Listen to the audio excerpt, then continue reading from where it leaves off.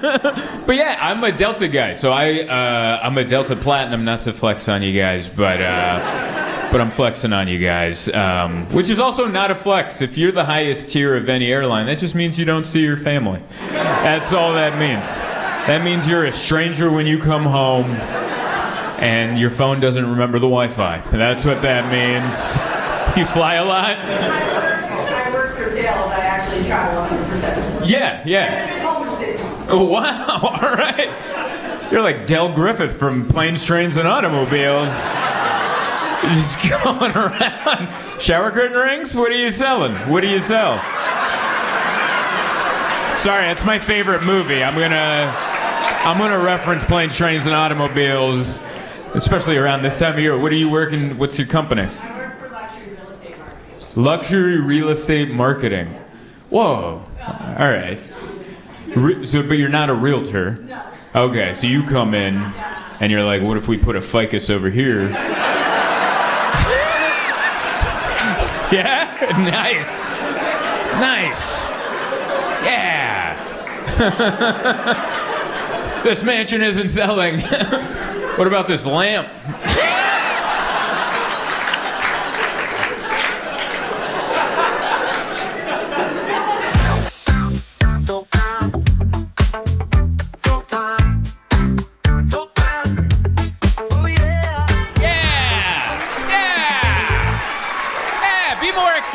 This is it. All right. Yay. All right, we did it. Yeah, look at us. Clap it up one more time for Grace and Bob. Make it loud for them. I feel so bad for Grace. She's been having to hang out with us in the green room, and Bob's just being himself the whole time. That's who Bob is all the time. It's not like he's back there just reading Tolstoy or something. And he loves those red boots too. He has a special carrying case for them. Like he brings luggage and then they're in little bags and he brings them out and he's like, oh, I gotta put my boots on, Daddy. And he just mutters. That's who he is. He just mutters stuff. He passed me in the hall and he's like, have fun out there. And I'm like, thanks, Bob. And he goes, 9/11. And then he just... That's who Bob is. He just says 9/11 for no reason. It's his favorite thing, 9/11. One time we were at the airport and I'm like, you have to stop doing that. Dude, they're not gonna let us on the plane, buddy. We gotta get to where we're going. And we're here, man. We're here in Charlotte. This is beautiful. I love the club. I like this whole, I don't know what all this is. You guys, the city was like, you can have entertainment, but you gotta cram it into one.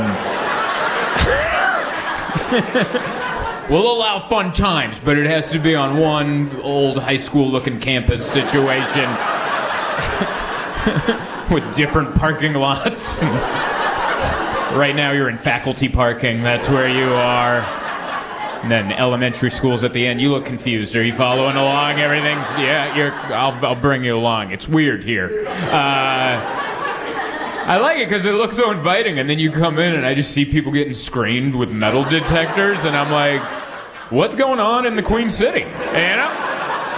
I've been here since yesterday. I'm trying to get the vibe. I can't tell what's going on. I don't know. Everyone's like, yeah, it's great here. It's wonderful. Can you walk me to my car? And I'm like, well, which one is it? And even now, I brought it up. You guys are like,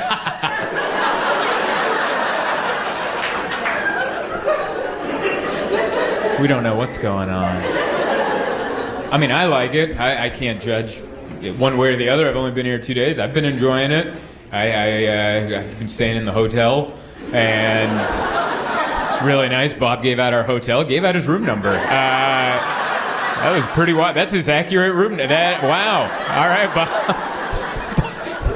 I'm just picturing him in his room.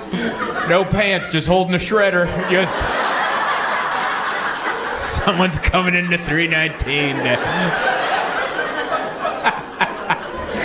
Oh, I love Bob, man. That's my buddy. Oh, he's my favorite. I love that guy. But yeah, I haven't done anything. I'm just not, and I should be more excited, but this has been a long trip. This one started on Tuesday. I started in Richmond, Virginia, and then went to Virginia Beach, and then Myrtle Beach, and now here. And even Monday I was home, but the Sunday I was in Raleigh, and then Columbus. So like I was home for one day, and my wife's like, I miss you, and I'm like, me too, bye. And then I left again, and I'm so tired. Like I'm just in a hotel. I don't remember what floor I'm on. I've eaten at so many Paneras this week. So many, because I want to eat healthy, and I don't know if it is, but it seems like it is. Like there's a salad, and they're like, you want a loaf of bread with that? And I'm like, yeah, dude, I guess. So I'm just there eating a salad and a loaf of bread and a coffee, just because I don't want any of this to make sense. And just sipping. And I don't know if you guys eat at Panera's as much as I have this week. Do they have the most elderly employees of any fast food establishment? Every other fast food place is like teenagers working there, and every Panera I've gone into, can I help you? And I'm like, what are you doing here? They closed the library. What is going on? Oh, and they look so confused. They got the iPad over there, and they're like, do you have a rewards number? And I'm like, I don't. They're like, thank God, because I wouldn't know what to hit if you did. Tell me you're paying in cash. Please tell me you're paying in cash. And Panera's a real hit or miss. Like you go to a good one, and you're like, I like vegetables. And then you go to a bad one, you're like, I'll never eat a tomato again. That was the worst thing. No, that one's been on the floor. No, I've been enjoying it. It's been a lot. I was in Myrtle Beach before I came here, and I made the drive here from Myrtle Beach. Myrtle Beach, not that far away, like 3.5 hours, I think the drive was. And pretty much another planet compared to Charlotte. Like, oh my God, that is Republican Disneyland out there. It's wild. It's just golf and fireworks. And free. I think you can drive drunk there. I think you can, as long as you don't break the speed limit. They're like, we'll allow it. Welcome to Myrtle Beach. It's freedom, baby. At 30 miles an hour. All right, they got one speed limit. It is 30. But I like it. I like the track. I like going around, seeing different people and seeing different stuff. It's been a whirlwind this week. I flew from Virginia Beach to Myrtle Beach because that was like a 5-hour drive, and I'm like, I don't want to do that. So I flew American, which I don't normally fly American. I'm a Delta guy. I'm not trying to split the room here. I know where we are. We're in Charlotte. This is American Airlines country, and I'm just a Delta guy. That's all. We made our decisions when we started flying, and you can't go on both teams because you're trying to collect the points and you're trying to make it to the top. Like I have a Delta. I'm a Delta Diamond Medallion. That's as high as you can get on Delta, which isn't an accomplishment. Like I thought it was when I was gold. I'm like, I'll get up there. Then I was like platinum. I'm like, I'm going to get up there. Now I'm diamond. And all it means when you're at the top is that you don't see your family. That's all that means. If you ever meet someone that's the top tier of whatever airline, that means that guy is a stranger when he comes home and his phone doesn't remember the Wi-Fi. All right? That's... You know how long you have to be away to where your phone's like, we don't know this Wi-Fi. I'm on the road a lot. But I had to fly American, and I normally don't like to fly it. I've done it in the past. I don't like it because they make you connect in Dallas-Fort Worth. And I don't know what DFW stands for other than you're spending the night at a Holiday Inn.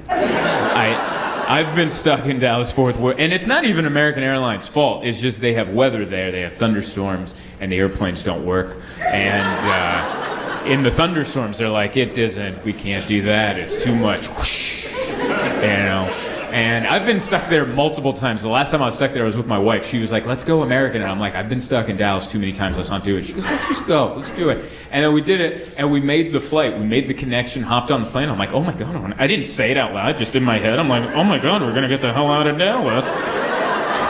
This has never happened before. And as soon as we all sat down, everyone started getting alerts on their phone from American Airlines with a rescheduling for tomorrow morning. And everyone's like, oh my, everyone started grumbling and yelling. And then the flight attendant got on and she's like, hey, I've been hearing a lot of like the flight's been rescheduled. Just so you guys know, we haven't gotten word of that. So as far as we know, we're going. And everyone's like, woo! Broke into an applause break. And then like 3 seconds later, we just got the alert. We are staying in Dallas. And everyone cried. And they shipped all 150 of us to the same Holiday Inn Express. And we're all just in line. And it's the night shift at a Holiday Inn Express. That check-in person's like a ex-con. And that's why they put him on the night shift, because it's the easier shift. There's not a lot of traffic. So that guy's like, what? Oh, I don't even know how to make keys. Like, that guy's got to make keys. And so now we're in the line 150 deep, and I'm not making this up, the fire department showed up. The fire department showed up while we're in line, and he's like, and they're like, hey, is someone stuck in the elevator? And the guy at the front desk is like, what? And he's like, we got a call that someone's stuck in the elevator. He's like, I don't know, I got keys to make. He ignores the fire department. They go around the line, go to the elevator, bust it open. There's 2 people that were stuck in there. And we couldn't we had to take our luggage up 4 flights of stairs because the elevator's on the fritz. And that's why I don't fly American. And because I've had that story too many times. But I had to fly it because I was trying to get from Virginia Beach to Myrtle Beach, and it was the best situation. And I was so nervous the night before. I was FaceTiming my wife. I'm like, I gotta fly American Airlines. And she's like, what's wrong with that? I'm like, I'm Delta. She goes, so? I'm like, they don't know me. They don't know my preferences. They don't know who I am. I'm worthless to them. I got my ticket. I'm zone 6. What the hell does that even mean? I didn't even know it went up to 6. What am I, sitting down below? Where am I going? I was so nervous. And I had to check my bag. I got my big suitcase with all my merch and stuff that I sell. And then I went to go check my bag in, and they're like, that's $40, which normally for Delta, I get it for free because I'm a diamond, whatever. And I understood that, and I'm like, there's my $40. And then I weighed it, and they're like, oh, it's overweight. And they're like, it's going to be an extra $100. So it cost me $140 to check my one bag. And I was like, okay. And then as I was leaving, I was like, wait a second, my flight cost $92. And I ran back, I'm like, excuse me, can I buy my bag a seat? Is that... like, that should be an option. Why is it cheaper up there? Let me buy my fat bag a seat and I'll strap it in. And they're like, that is not how it works. So, it's been a situation.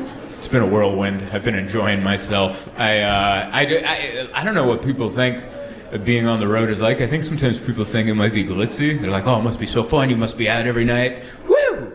No, I don't do that at all. I think the one almost fun thing I did was after the Myrtle Beach show. I was like, this is fun. So at the hotel, I got a little bottle of Pinot Noir, you know, those baby bottles of Pinot Noir, and I got a bag of beef jerky. And I went up that was the after party. It was me in my underwear sitting crisscross applesauce, just plowing beef jerky and chugging red wine out of a bottle while watching pro wrestling on YouTube from 20 years ago.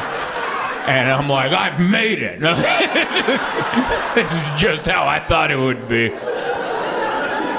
And next morning I woke up with a bellyache. That part of my life has changed. That has changed. Last week I was working in Raleigh, and the kid that was opening for me, he was 21, and all weekend he was pushing the cheeseburger on me. He's like, this club makes an excellent cheeseburger. And I never ordered it on the last day. He's like, are you going to get the cheeseburger? And I'm like, I can't, because I'm flying home tomorrow. I got a buddy in town, and I'm having a cheeseburger tomorrow. And I just remember him looking at me so confused, like, what does tomorrow's cheeseburger have to do with today? And I'm like, oh, it has a lot to do, all right? You get to a certain age, you got to plan out your burgers, all right? If I'm having a burger on Sunday, I got to eat salads for the 3 days leading up to that. Otherwise, my wedding ring won't come off, okay? This is my salt barometer. I can tell how I'm doing with sodium, depending on how flexible my wedding ring is on my little phalange here, to steal a word from Bob. You caught that. I like it.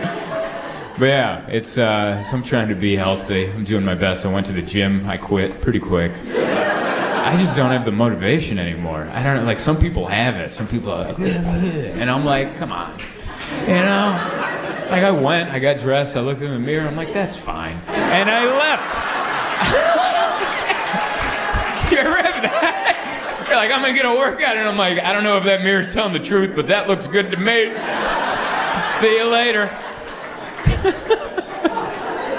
But yeah, it's been an interesting week. I've been keeping up with the news. I've been trying to do that. I don't know if you guys were raised the way I was, but I remember all my teachers in school were like, keep track of the news because that's how you stay informed. And now I've been keeping track of the news, and the headlines are so wild. I'm like, I don't think this is good for anybody. Like, none of it makes any sense. I read this week. I read that North Korea sent soldiers to help Russia invade Ukraine. That sounds made up. But apparently it's true. Do you have any idea how crazy that is? Like, especially, imagine you're a North Korean soldier. You live in North Korea. You probably don't even know that there are other countries.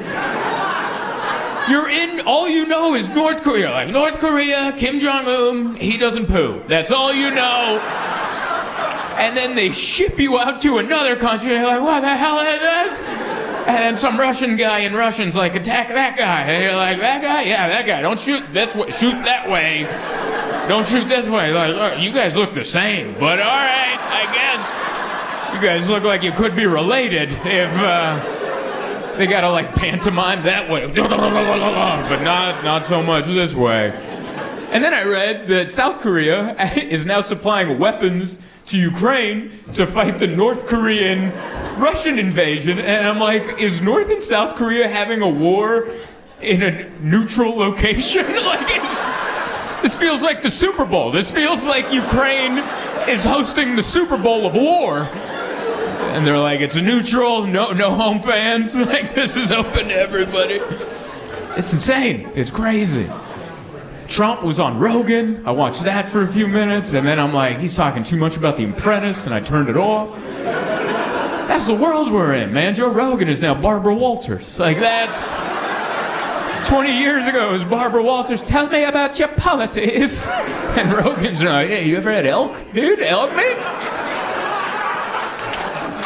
And you're like, that's who we're interviewing. The presidential. Oh, I'm so glad we're almost getting to the election because I'm tired of these emails, man. I get an email every 4 seconds. We're gonna do it. I just need more of your money specifically. And you're like, how are you panhandling harder than the homeless people outside? They don't bother me as much as you. Oh man, it's so hard. And it's fun. It's fun to bring up the election in a swing state because you can feel the tension. Like, right? You could feel it, right? It was Everyone's trying. Oh yeah, there's one of them right there. There's another one over there. Start scoping them.